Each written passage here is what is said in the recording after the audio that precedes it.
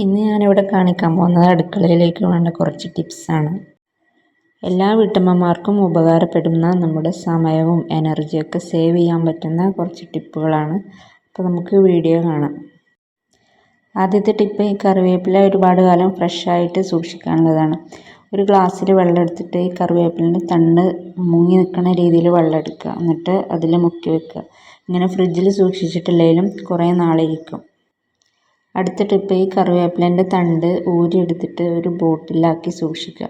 ഇത് ഫ്രിഡ്ജിലാണെങ്കിൽ 1 മാസം വരെയൊക്കെ ഇരിക്കും. പുറത്താണെങ്കിൽ ഒരാഴ്ചയൊക്കെ വരെ കേടാകാതെ വാടാതെ സൂക്ഷിച്ച് വെക്കാം. ഞാനിവിടെ ഗ്ലാസ് ബോട്ടിലാണ് എടുത്തിട്ടുള്ളത്. ഏറ്റവും നല്ല ചോയ്സ് അതായിരിക്കും, ഗ്ലാസിൻ്റെ ബോട്ടിൽ. അടുത്തത്, നമ്മൾ പയറും കടലയൊക്കെ സൂക്ഷിക്കുന്ന പാത്രത്തിൽ കുത്തനൊക്കെ വരാൻ സാധ്യതയുണ്ട് കുറേ ദിവസം ഇരിക്കുമ്പോൾ. അപ്പോൾ അതൊക്കെ ഇല്ലാതിരിക്കാൻ വേണ്ടിയിട്ടുള്ള ഒരു ടിപ്പാണ്.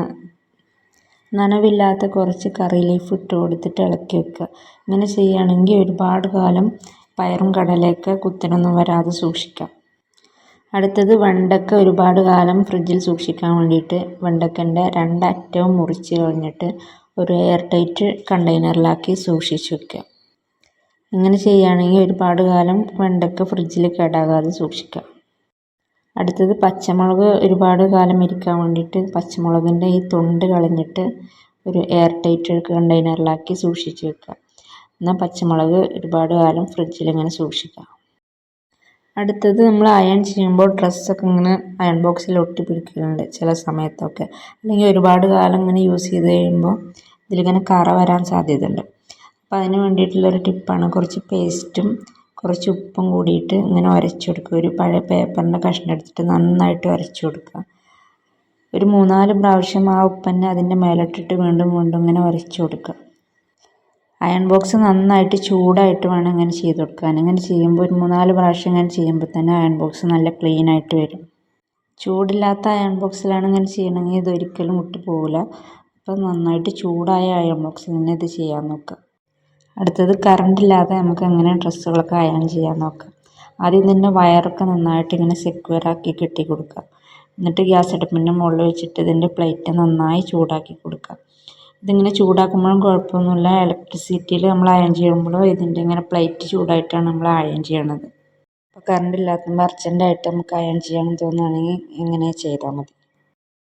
അടുത്ത ടിപ്പ്, ബീട്രൂട്ട് ഫ്രിഡ്ജിൽ വെച്ചാലും കുറേ ദിവസം കഴിയുമ്പോൾ ഇങ്ങനെ വാടി ചുങ്ങി വരും.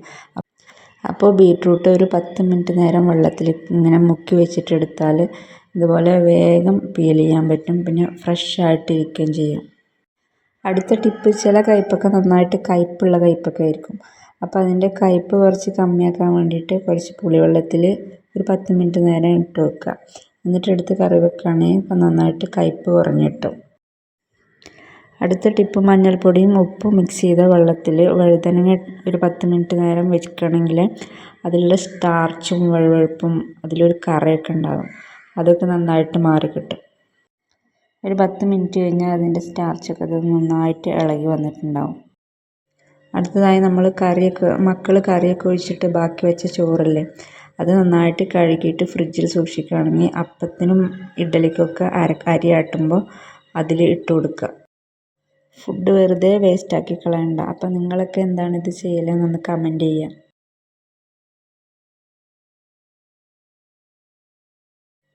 അടുത്ത ടിപ്പ്, കൂർക്ക പെട്ടെന്ന് തൊലി കളയാൻ വേണ്ടിയിട്ട് ഒരു ജാറിൽ കുറച്ച് കൂർക്ക ഇട്ട് കൊടുക്കുക, കുറച്ച് കല്ലുപ്പ് ഇട്ട് കൊടുക്കുക, കുറച്ച് വെള്ളം ഒഴിച്ചിട്ട് നന്നായിട്ട് മിക്സ് ചെയ്താൽ ഇതുപോലെ പെട്ടെന്ന് തൊലി വിട്ട് കിട്ടും.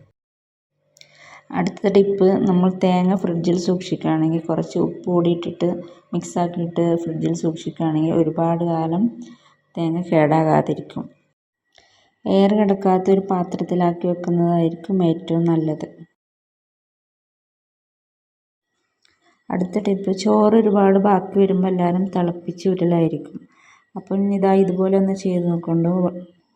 ചോറ് കൈ കൊണ്ട് തന്നെ ഒന്ന് ഊറ്റിയെടുക്കുക. നന്നായിട്ട് പിഴിഞ്ഞ് കളയൊന്നും വേണ്ട. കുറച്ചൊക്കെ പിഴിഞ്ഞ് കളഞ്ഞിട്ട് കുക്കറിലിട്ട് കൊടുക്കുക. എന്നിട്ട് കുക്കറിൻ്റെ മൂടി വെച്ചിട്ട് അതിൻ്റെ വിസിൽ തുറന്ന് വെക്കുക. എന്നിട്ടൊരു 2-3 മിനിറ്റ് അടുപ്പത്ത് വെക്കുക. ഇതിൻ്റെ ഈ വിസിലിൻ്റെ ഭാഗത്തുനിന്ന് നന്നായിട്ട് ആവി വരുമ്പോൾ തുറന്ന് നോക്കുക.